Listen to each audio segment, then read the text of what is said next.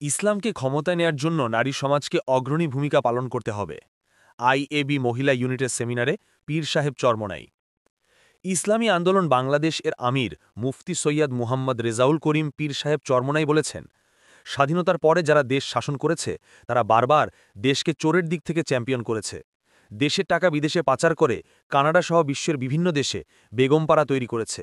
দেশকে গুম ও খুনের রাজ্যে পরিণত করেছে। বিশ্বের মাঝে দেশকে একটি লজ্জাজনক অবস্থায় পৌঁছে দিয়েছিল।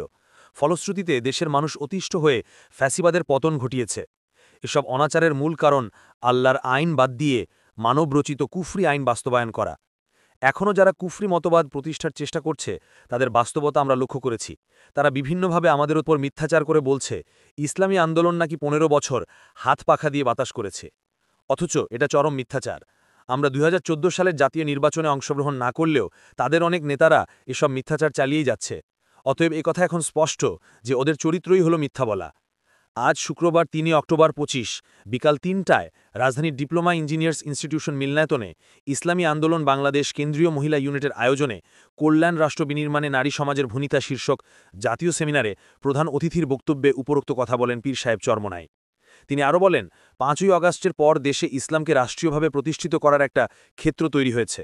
এমতাবস্থায় দেশের গুরুত্বপূর্ণ অংশ নারীদেরকে এ মহান কাজে সম্পৃক্ত করার উদ্যোগ নিয়েছি আমরা। অতএব ইসলামকে রাষ্ট্রীয় ক্ষমতায় নেয়ার জন্য নারী সমাজকে অগ্রণী ভূমিকা পালন করতে হবে। সেমিনারে অংশ নিয়েছেন ইসলামী আন্দোলন বাংলাদেশ কেন্দ্রীয় মহিলা ইউনিট, ঢাকা মহানগর উত্তর এবং দক্ষিণ এবং সকল থানা ও ওয়ার্ডের সহস্রাধিক নারী নেত্রী। ইসলামী আন্দোলন বাংলাদেশ এর মহিলা ও পরিবার কল্যাণ বিষয়ক উপকমিটির আহ্বায়ক মাওলানা এবিএম জাকারিয়ার সভাপতিত্বে ও সঞ্চালনায় মুফতি মুস্তাফা কামালের সেমিনারে বিশেষ অতিথি হিসেবে উপস্থিত ছিলেন ইসলামী আন্দোলন বাংলাদেশের সিনিয়র প্রেসিডিয়াম সদস্য মাওলানা সৈয়দ মুসাদ্দেক বিল্লাহ আল মাদানী, মহাসচিব অধ্যক্ষ হাফেজ মাওলানা ইউনুস আহমদ, সিনিয়র যুগ্ম মহাসচিব ও মুখপত্র মাওলানা গাজী আতাউর রহমান, যুগ্ম মহাসচিব প্রকৌশলী আশরাফুল আলম, অধ্যক্ষ হাফেজ মাওলানা ফজলে বারি মাসুদ, কেন্দ্রীয় প্রশিক্ষণ সম্পাদক হাফেজ মাওলানা নুরুল করিম আকরাম, কেন্দ্রীয় সাংগঠনিক সম্পাদক ফরিদপুর বিভাগ মাওলানা আরিফুল ইসলাম, কেন্দ্রীয় মুক্তিযুদ্ধ বিষয়ক সম্পাদক বীর মুক্তিযোদ্ধা আবুল কাশেম, কেন্দ্রীয় সদস্য মাওলানা মোহাম্মদ নেসারউদ্দিন, কেন্দ্রীয় মহিলা উপকমিটির সদস্য আলহাজ শেখ মোহাম্মদ আবু তাহের প্রমুখ। আমরা থাকবো ইসলামী নীতি আদর্শের সাথে।